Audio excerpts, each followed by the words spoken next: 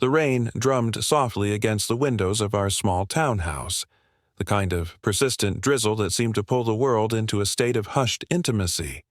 Inside, the hum of the heater and the muffled creak of the wooden floors were the only sounds accompanying the silence between us. My stepbrother, Marcus, leaned against the kitchen counter, absent-mindedly flipping through his phone. His presence always filled the space in a way I could never quite describe, something between casual comfort and unbearable tension.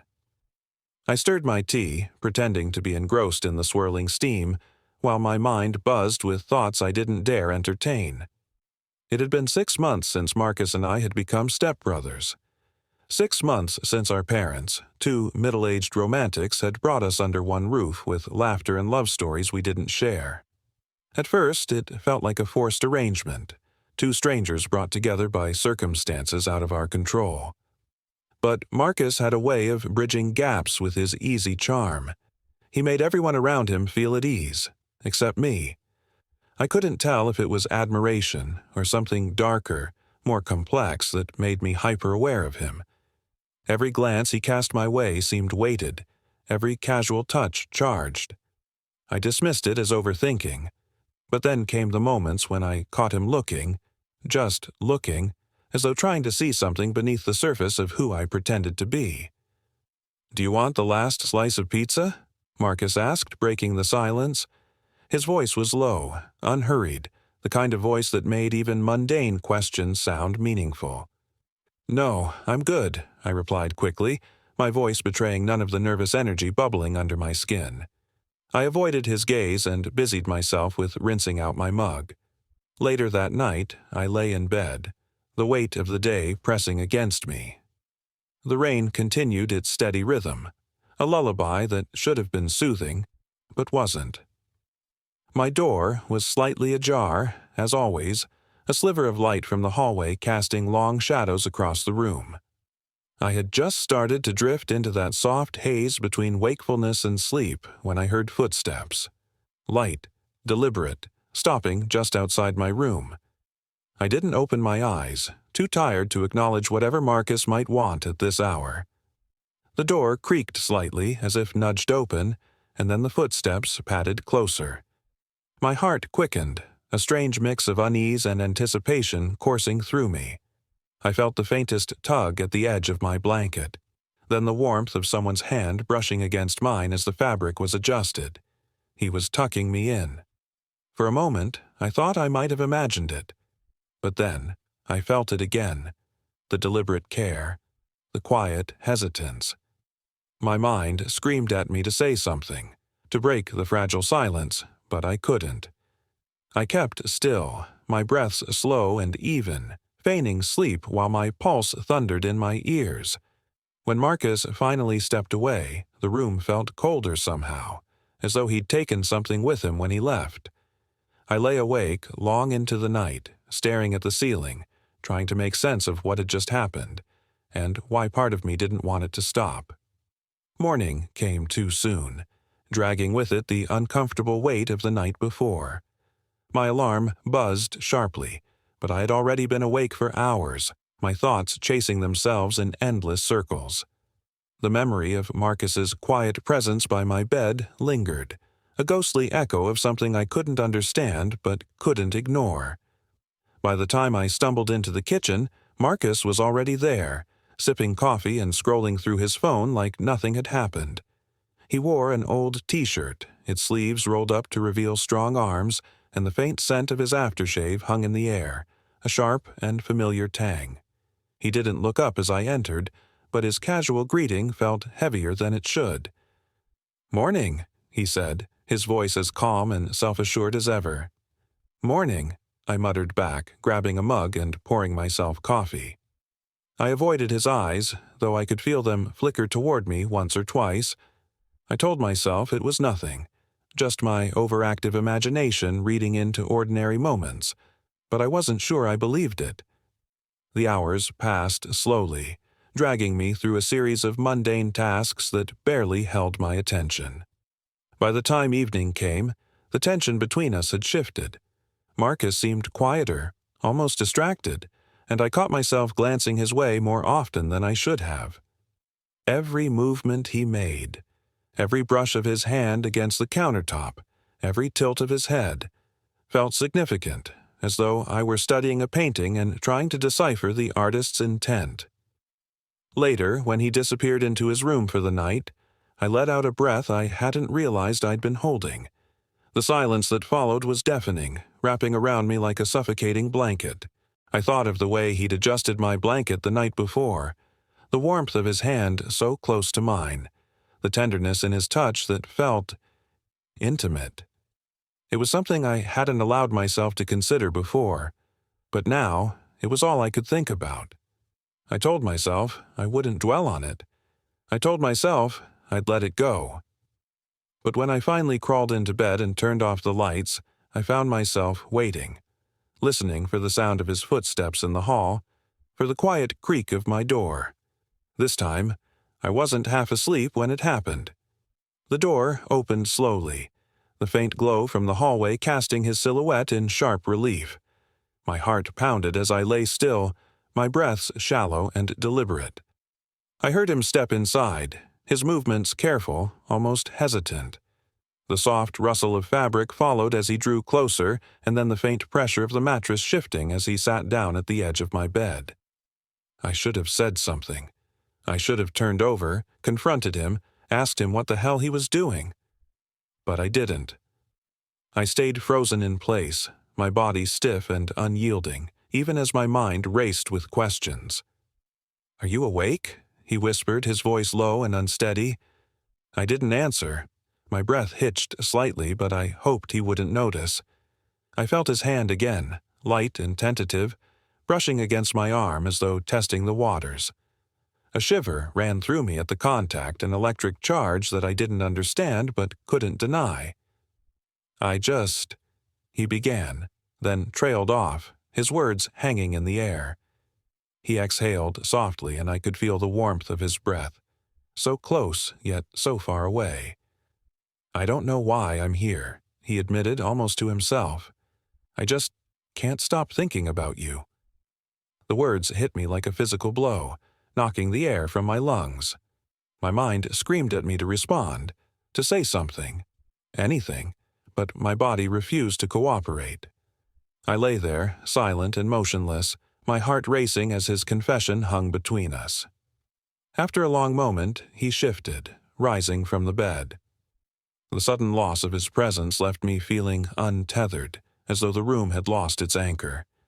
He hesitated at the door, and for a fleeting second I thought he might say something else. But then he was gone, the door clicking softly shut behind him, and I was alone again. The next day was unbearable. Every glance, every casual word exchanged between us felt like a test, a dance around an invisible line we both knew we'd crossed but couldn't acknowledge. Marcus acted as though nothing had happened, his demeanor calm and easygoing as ever, but there was a tension in his movements, a tightness in his shoulders that betrayed him. By the time the evening rolled around, the air between us was thick with unspoken words. I sat on the couch, pretending to watch TV, while Marcus lingered in the kitchen, rummaging through the fridge for something to eat. The quiet was oppressive, stretching out like a taut string ready to snap. "Do you want anything?" he asked finally, breaking the silence. His voice was casual, but there was an edge to it, a hesitation that made my stomach twist. "I'm fine," I replied, my eyes fixed on the screen. I could feel his gaze on me, heavy and searching, but I didn't look back. Minutes passed, and then he was there, sitting on the couch beside me. The proximity was startling, and I stiffened slightly, my pulse quickening as his arm brushed against mine. He didn't say anything, and neither did I. The only sound was the faint murmur of the TV, a background noise that did nothing to fill the silence. "I think we need to talk," he said finally, his voice low but steady. My throat tightened and I nodded without looking at him. "Yeah," I said softly, the word barely audible. "I don't know how to say this," he began, his tone uncertain. "But last night—" I swallowed hard, my hands gripping the edge of the couch. "I know," I interrupted, my voice trembling. I don't understand it either." He turned to face me, and for the first time I met his gaze. His eyes were dark and intense, filled with something I couldn't quite name. "I wasn't imagining it, was I?" he asked, his voice barely above a whisper. "No," I admitted, my voice shaking. "You weren't." The room seemed to close in around us, the space between us shrinking until it felt like there was nothing left but the tension, raw and unrelenting. He reached out then, his hand brushing against mine, and I didn't pull away. I couldn't. "I don't know what this is," he said softly, his voice filled with a vulnerability that caught me off guard.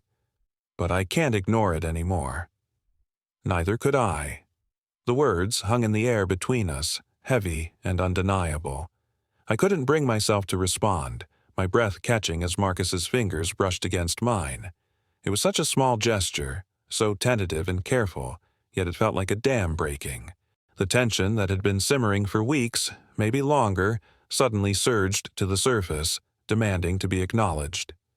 I turned my hand slightly, just enough for my fingers to meet his fully. The contact was electrifying, and I felt my heart pounding in my chest. When I finally looked up, his eyes were locked on mine, searching, questioning. The quiet between us felt fragile, like the moment before a storm, and I realized I was holding my breath. "Say something," he murmured, his voice so low it was almost a plea. "I don't know what to say," I admitted. My voice came out quieter than I expected, trembling with the weight of everything I was feeling. "I don't even know what this is." His brow furrowed slightly and he leaned in closer, the warmth of his presence wrapping around me. "It's complicated," he said finally, his tone laced with uncertainty. "But it's not just in my head, is it? You feel it too." I wanted to deny it, to push him away and pretend that whatever had been building between us wasn't real. But the words wouldn't come. Instead, I found myself nodding, the motion almost imperceptible but enough to make his breath hitch. "God, I've been driving myself crazy trying to figure this out," he confessed, running a hand through his hair. "Ever since we moved in together, I've been telling myself it's nothing, that I'm imagining things. But then, last night..." His voice trailed off and he looked down at where our hands were still touching. I swallowed hard, my mind racing. I wanted to say something, anything, to make sense of what was happening. But every thought that came to mind felt inadequate, so I stayed silent, letting the moment stretch out between us. "Do you hate me for it?" he asked suddenly, his voice barely above a whisper. The question startled me, and I shook my head quickly. "No," I said, the word escaping before I had time to second-guess it. "I don't hate you." Relief flickered across his face, softening the tension in his features. "Good," he said, his voice steadier now, "because I don't think I could handle it if you did." His words struck something deep inside me, and before I could stop myself, I reached out, my hand resting lightly on his arm. The warmth of his skin beneath my fingers sent a shiver through me, and I felt him tense slightly under my touch. "Marcus," I began, my voice faltering as his name left my lips. He looked at me then, his expression raw and open in a way I'd never seen before. "Yeah?" I opened my mouth to speak, but the words caught in my throat. Instead, I found myself leaning forward, drawn to him in a way I couldn't explain. The space between us disappeared in an instant, and then his lips were on mine, soft and tentative, as though he were afraid I might pull away. But I didn't. I couldn't. The kiss deepened, slow and deliberate, every movement filled with unspoken emotion. His hand came up to cup my face, his touch gentle but firm, grounding me in the moment. My mind screamed at me to stop, to think about the consequences, but my body refused to listen. All I could focus on was the way he felt, the way he tasted, the way his fingers tangled in my hair as he pulled me closer. When we finally broke apart, both of us were breathing hard, our foreheads resting together as we tried to process what had just happened. His hand lingered on my cheek, his thumb brushing lightly over my skin, and I felt a warmth spread through me that had nothing to do with the room's temperature. "This is crazy," I whispered, my voice trembling. "We shouldn't—" "I know," he interrupted, his voice low and insistent. "But I can't stop. I don't want to stop." His words sent a jolt through me, and I realized with startling clarity that I didn't want to stop either. Whatever this was, however wrong or complicated, it felt real, undeniable, and I couldn't bring myself to let it go. "I don't know what this means," I admitted, my voice barely audible. "Neither do I," he said, his tone softening. "But I know I care about you, and I know I don't want to lose this, whatever this is." The vulnerability in his voice made my chest ache, and I nodded, unable to find the words to respond. For a long moment we sat there in silence, our foreheads still touching, our breaths mingling in the small space between us. It felt like the world had narrowed to just the two of us, and for the first time in weeks, the tension between us felt less like a weight and more like a thread, binding us together in ways I didn't fully understand. Eventually, Marcus pulled back, his hand slipping from my face but not entirely breaking contact. His fingers brushed against mine, and he gave me a small, tentative smile. "Can we just take this one step at a time?" he asked. I nodded again, my throat tight. "Yeah," I said softly, "one step at a time." The days that followed were a strange mix of tension and relief. We didn't talk about the kiss, not directly at least, but there was an unspoken understanding between us, a quiet acknowledgement that something had shifted. Every glance, every touch, felt charged with meaning, and I found myself hyper-aware of him in a way that was both exhilarating and terrifying. One evening, as we sat together on the couch, the silence between us felt heavier than usual. Marcus was close, closer than he needed to be, and the warmth of his body against mine was impossible to ignore. I could feel his gaze on me, and when I finally turned to meet his eyes, the intensity there made my breath catch. "I've been thinking," he said softly, his voice breaking the stillness. "About what?" I asked, though I already had an idea. "About us," he admitted, "about where this is going." My stomach twisted, a mix of anticipation and fear. "And?" I prompted, my voice quieter than I intended. He hesitated for a moment, then reached out, his hand brushing against mine. I think I want to find out," he said, his tone filled with quiet determination. "Whatever that means." The sincerity in his voice made my chest tighten, and I felt myself nodding before I even fully processed his words. "Me too," I whispered, the admission both terrifying and liberating. Marcus smiled then, a soft, genuine smile that made my heart race. "Good," he said simply, "because I don't think I could walk away from this now." Neither could I. The following nights were like walking a tightrope, every step a delicate balance between what we wanted and what we feared. Marcus and I moved around each other in an unspoken dance, our interactions infused with a tension that felt both fragile and electric. Every brush of his hand against mine, every lingering glance was a reminder of the line we'd crossed and the lines we were bound to cross again. One evening, I found myself standing in the kitchen, the soft hum of the refrigerator filling the silence. The clock on the wall ticked steadily, but my focus was elsewhere. Marcus was behind me, close enough that I could feel his presence even without turning around. He was watching me. I could feel it in the way the air seemed to hum with the weight of his gaze.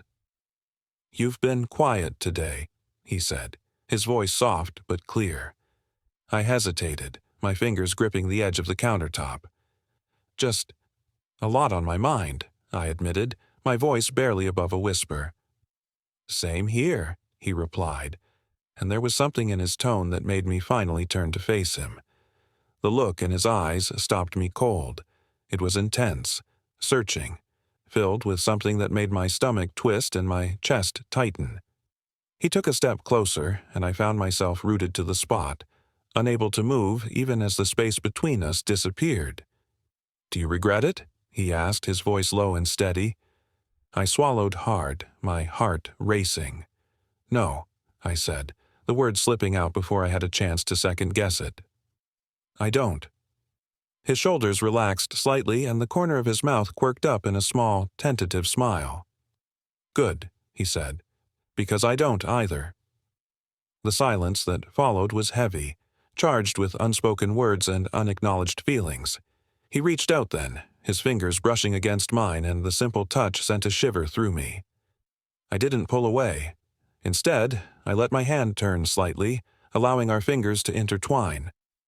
"Where do we go from here?" I asked softly, my voice trembling with the weight of the question.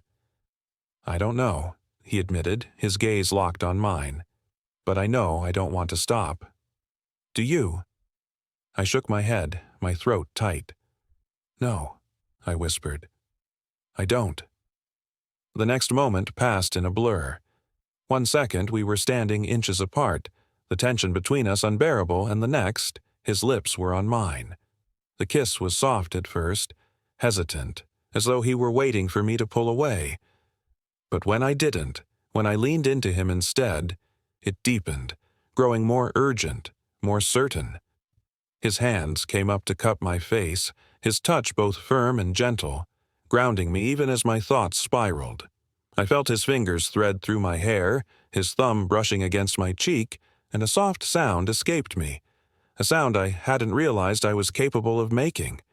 When we finally broke apart, we were both breathing hard, our foreheads resting together as we tried to process what had just happened. His hands stayed on my face, his thumbs tracing slow, soothing circles against my skin. "This is crazy," I murmured, my voice barely audible. "I know," he replied, his breath warm against my lips. "But it feels right, doesn't it?" I nodded, unable to deny the truth of his words. It did feel right, more right than anything had in a long time, and that terrified me. The next few days passed in a haze of stolen moments and unspoken promises. We didn't talk about what was happening between us, but we didn't have to. It was there in every touch, every glance, every quiet moment we shared. It was a language all its own, one we were still learning but couldn't seem to stop speaking. One night, as we sat together on the couch, the silence between us felt different, less tense, more comfortable, like an unspoken agreement that we didn't need words to fill the space. Marcus was close, his arm resting on the back of the couch, his fingers brushing lightly against my shoulder. I leaned into him without thinking, my head coming to rest against his chest. His arm tightened around me, pulling me closer, and I felt his lips press softly against the top of my head. The gesture was so tender, so unexpected, that I found myself blinking back tears. "Are you okay?" he asked, his voice low and concerned. "Yeah," I said, my voice shaky but honest. I never thought I'd feel this way." "Neither did I," he admitted, his hand moving to stroke my hair. "But I'm glad I do." I looked up at him then, my eyes meeting his, and the vulnerability in his gaze made my breath catch. He leaned down, his lips finding mine in a kiss that was slow and deliberate, filled with a quiet intensity that made my heart ache. I felt his hand cup my cheek, his thumb brushing lightly against my skin, and I melted into him, letting myself get lost in the moment. When the kiss ended, he rested his forehead against mine, his hand still cradling my face. "I don't know what's going to happen," he said softly. "But I know I don't want to lose this. Lose you." "You won't," I promised, my voice barely above a whisper. "I won't let you." As the days turned into weeks, we began to find a rhythm, a delicate balance between the lives we presented to the world and the connection we shared behind closed doors. It wasn't easy. There were moments of doubt, of fear, of wondering whether we were making a mistake. But every time those doubts crept in, they were silenced by a look, a touch, a kiss that reminded us of what we had found in each other. One evening, as we sat together on the porch, watching the sun dip below the horizon, Marcus reached out and took my hand in his. The gesture was simple, but it felt significant, like a quiet declaration of everything we couldn't put into words. "I love you," he said suddenly, his voice steady and sure. The words hit me like a shockwave, and for a moment all I could do was stare at him. But then I felt a smile spread across my face, and I squeezed his hand tightly. "I love you too," I said, the words spilling out before I could second-guess them. He smiled then, a genuine, breathtaking smile that made my chest tighten. And as he leaned in to kiss me, the world seemed to fade away, leaving just the two of us, wrapped in a love that was as unexpected as it was undeniable.